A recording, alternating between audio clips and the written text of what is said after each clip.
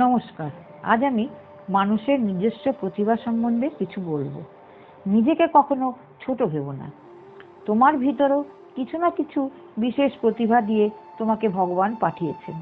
হয়তো তুমি এখনো তা আবিষ্কার করোনি, কিন্তু একদিন তুমি বুঝবে তুমি অপরিহার্য। প্রতিটি মানুষের জীবনেই আছে এক টুকরো আলো, যা শুধুমাত্র তার নিজস্ব কাজে লাগে। তোমার প্রতিভা শুধু নিজস্ব কাজে লাগাও, স্বপ্ন পূরণ করো এবং নিজের শক্তি চিনে নাও। প্রতিটি ঘরের মেয়েকে কেন লক্ষ্মী বলে জানেন কি? কারণ মেয়ে ঘরের সুখ সমৃদ্ধি ও শান্তি নিয়ে আসে। তার যত্ন, ভালোবাসা আর পরিশ্রম ঘরকে সোনার মতো আলোকিত করে রাখে। মেয়ের হাত ধরেই ঘরের সৌভাগ্য শান্তি বজায় থাকে।